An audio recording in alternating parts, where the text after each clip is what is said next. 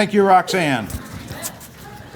Good morning. Good morning. Welcome to your Iowa Veterans Home and your Veterans Day program today. Thank you for joining us here in the Malloy LRC or by television somewhere else throughout our great facility. A warm welcome to our distinguished guests, Representative Smith,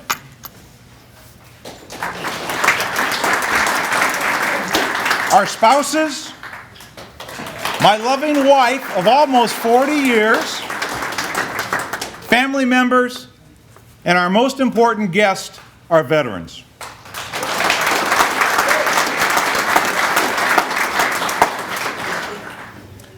The 11th hour of the 11th day of the 11th month in 1918 ushered in the end of World War I. A year later, President Woodrow Wilson established November 11th as Armistice Day. In 1954, after World War II and the Korean War, Congress changed the name from Armistice Day to Veterans Day, a day to honor all veterans, living and deceased, who served in uniform, defending freedom in every conflict and time of peace. Before we get started today with our program, I'd like to give a big thank you to our program participants. Roxanne Bach, there's a sheet left there. The Marshalltown's Men Chorus for providing our musical tributes today. I also want to mention that December 15th, Sunday, they will have a Christmas program here at your Iowa Veterans Home. So please join us for that. Chaplain Trosen, you'll hear from him shortly. Brad Shipley, and Amy Dimerly, and all of our wonderful volunteers who come every day and help at the Iowa Veterans Home. All our volunteers, please raise your hands.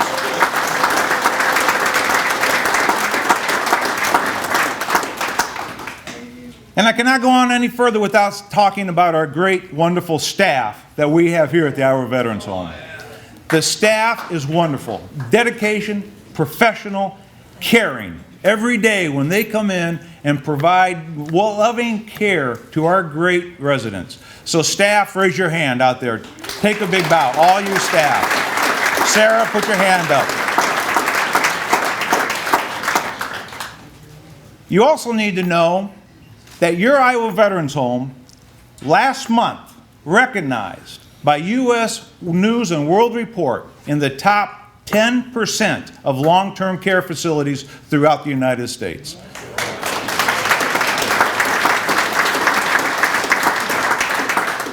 So with that, please stand, if you can, for the national anthem by the Men's Marshalltown Choir, followed by the invocation.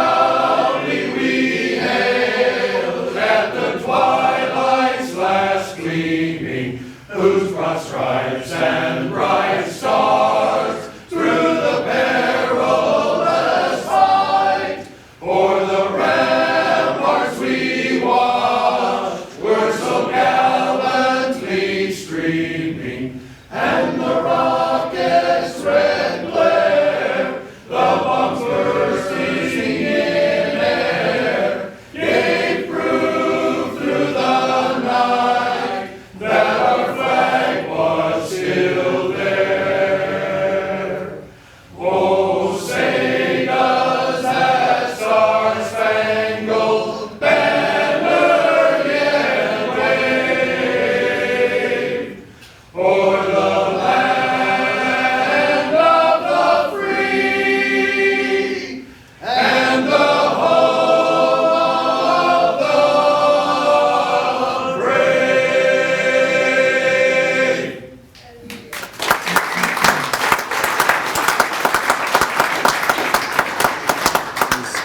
Commandant said, my name is Ryan, and I'm one of the chaplains here at the Veterans Home. Freedom is powerful. It is a gift, a treasure. The most significant and important gifts in life are always worth fighting for, and often they come with a great price, and they are not free. Somewhere along the line, someone paid dearly for the liberties we enjoy so freely today, and sometimes we forget. It's easy to take them for granted at times, and we enjoy freedom, but most of us alive today have always had that. We may not fully be aware of just how many men and women have paid dearly for the gifts we enjoy today. The price was paid through many long years. Today is a day to unite, to remember, and to pray, to show our gratitude for many who have fought on behalf of our country, for those who have protected our nation, for the men and women in uniform. Together we say thank you. There is great power and strength in the loyalty of your service because of these things. There is power in the unity and staying together. There's power in fighting on behalf of our nation for those who cannot fight for themselves. There's power in rising up in courage, pursuing victory for what is right. Thank you, veterans, for reminding us that there is incredible love and sacrifice displayed when one is willing to stand strong and fight for freedom. This service of love and sacrifice on behalf of all people points us directly to the greatest love of all, the love and sacrifice of Christ. Thank you so much, veterans. Thank you so much for all you've done for us. Thank you, Chaplain Thorson. Please be seated.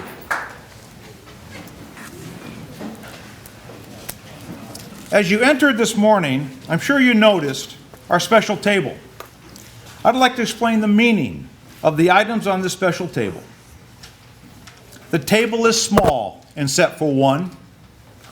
The tablecloth is white, symbolizing the purity of their motives when answering the call to duty to our nation. The single red rose reminds us of life of each of the missing and the loved ones and the friends of these Americans who kept the faith, awaiting their return. The burning candle and yellow ribbon is the everlasting hope and continued determination to account for our missing. A slice of lemon on the bread plate is to remind us of the bitter fate of those captured and missing in foreign land. A pinch of salt symbolizes the tears endured by those missing and their families who seek answers.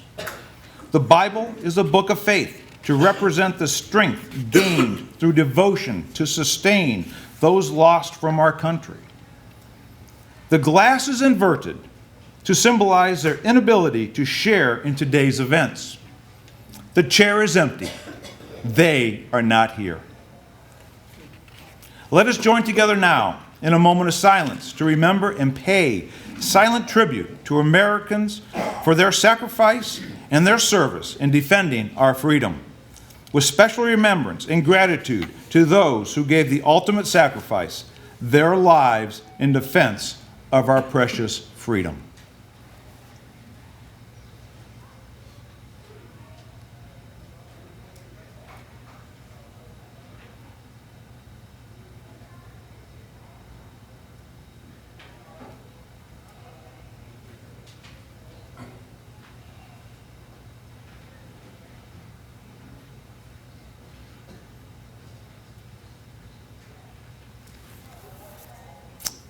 The men's Marshalltown choir will now perform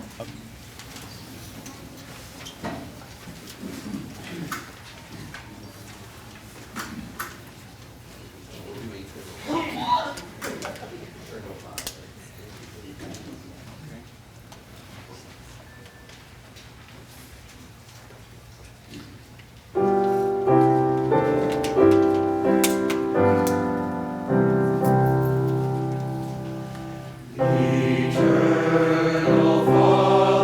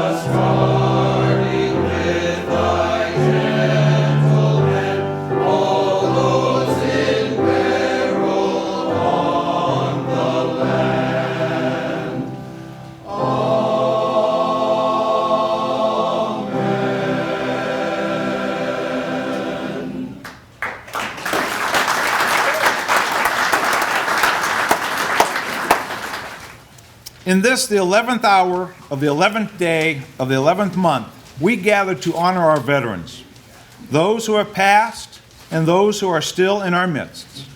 On November 11th, 1918, 101 years ago today, an armistice of peace between the Allied nations and the Germany ended the war to end all wars.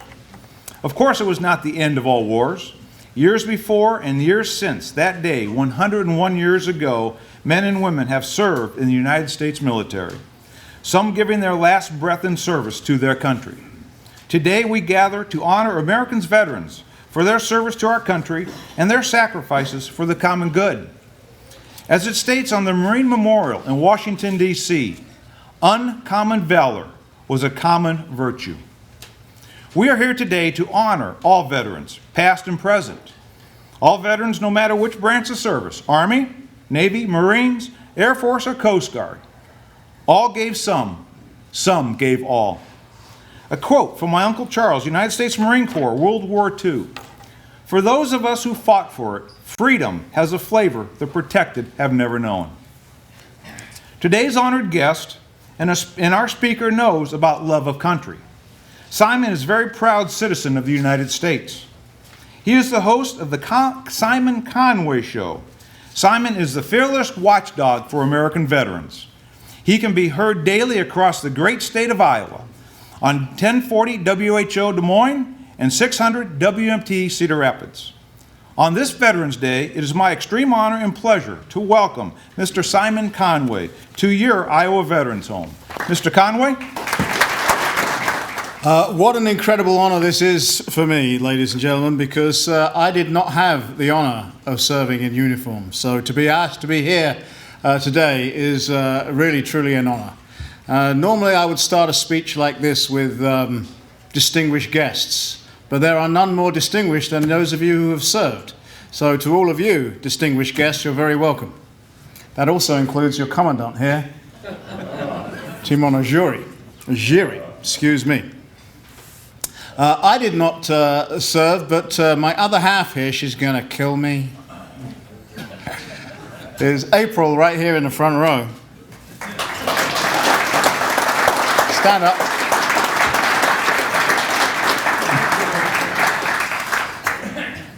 Her dad was in the United States Navy. He served on the USS Lexington. Saw a thumbs up right there from the front row. Her brother was a Cav Scout, tip of the spear into Iraq. And her son, who I regard as my stepson, is currently deployed. I'm also very aware that I get to do what I get to do because of the men and women who put the uniform on of our nation. Less than 1% of us do that now. Less than 1%. So it's quite remarkable. I wanted to point out that the motto of our state is really very literal in this building. Our liberties we prize, our rights we will maintain. We don't get to do the second part without our men and women in uniform. So sincerely, thank you. I'm involved in two things outside of my job. One of which is I'm on the Board of Trustees of the Big Stick, the USS Iowa. The USS Iowa is perhaps the most historical ship in the Navy. But for two accidents of history, the Japanese surrender would have been on board the USS Iowa. She was the flagship. She was the ship that carried FDR to Tehran. More presidential knights have been on the Iowa than any other ship in the Navy. The two accidents of history are, of course, that FDR passed away and Truman happened to come from a place called Missouri.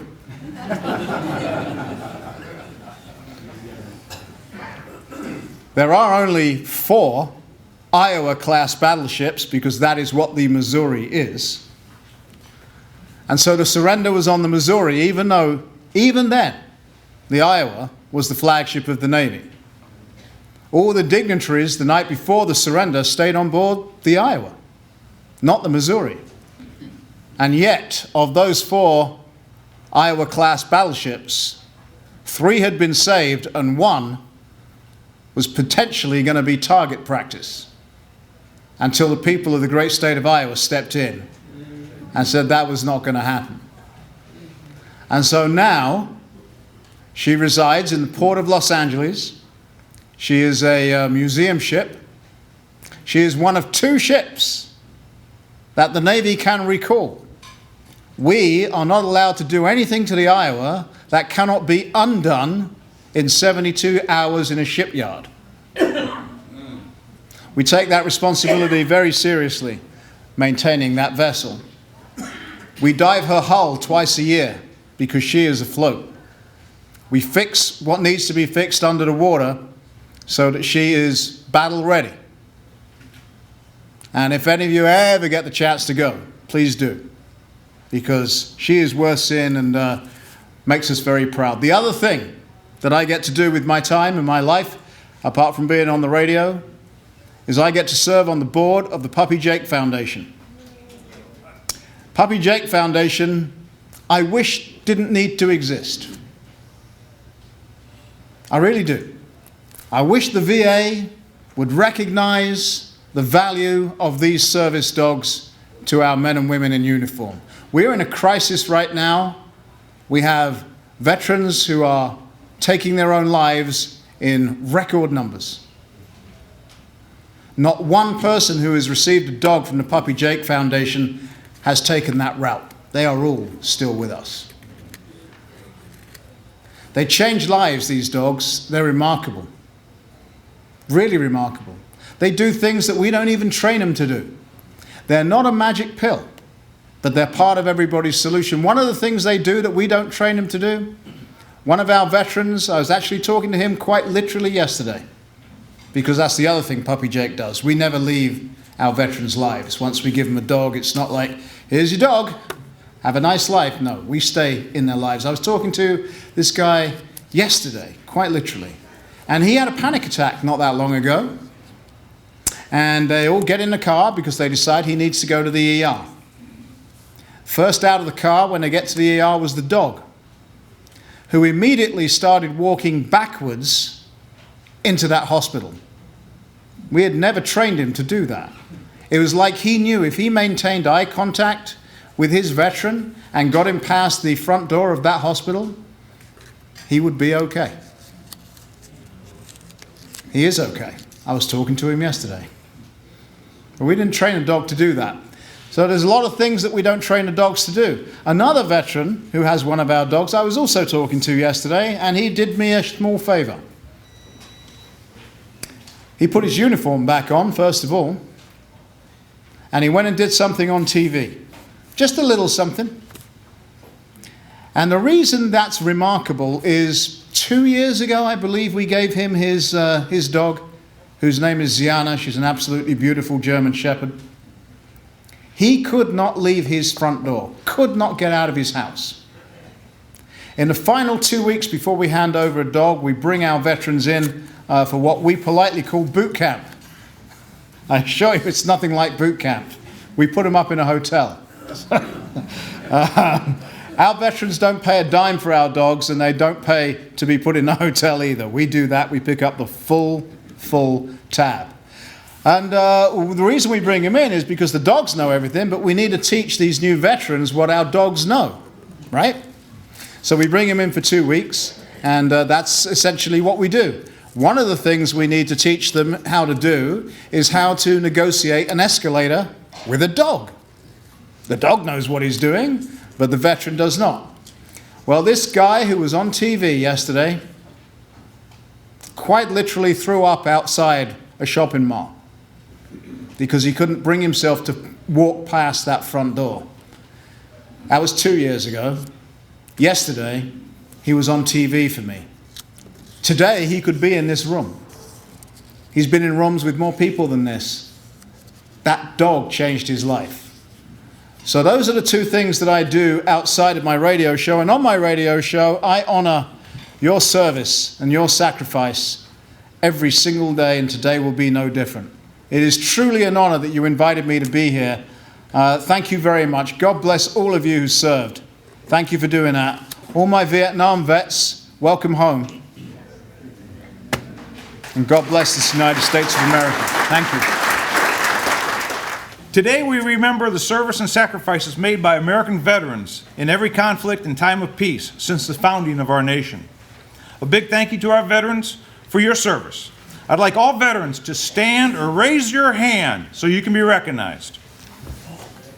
All veterans. All veterans.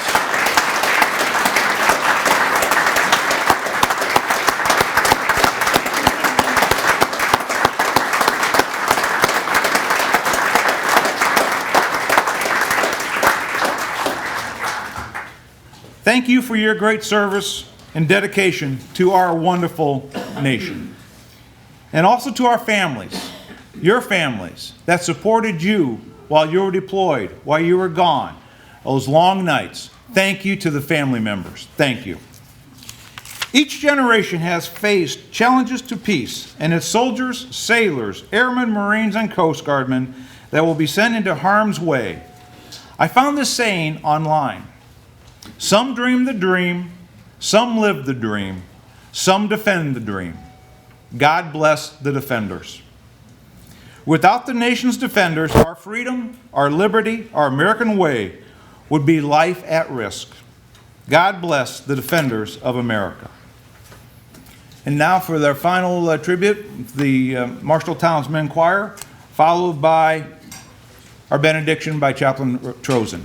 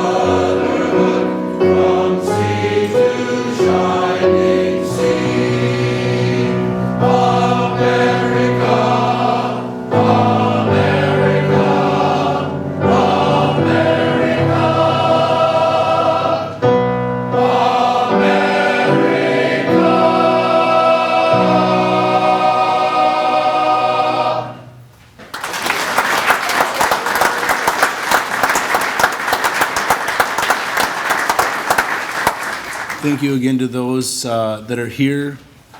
We remember today all those that have come before us and have given the greatest gift for our nation, their lives. Their duty, their honor, and their lives are a precious gift, must be given to the future of our country and families. I've had the privilege of being here now for almost 9 months. And in my time being here as the chaplain, I've got a chance to hear the stories of our veterans, of the loss that they've experienced, the things that they've been through, the things that are still with them even today. And so as we close, I want to say thank you. Thank you for sharing those stories to us, but thank you for serving. Today we stand to remember the most honorable amongst us, and we continue to carry the burden of their sacrifice. We remember them, listen to them, honor them, remember their costs, and hold the freedom in our hearts. Remember today, Veterans Day, and our veterans. Thank you.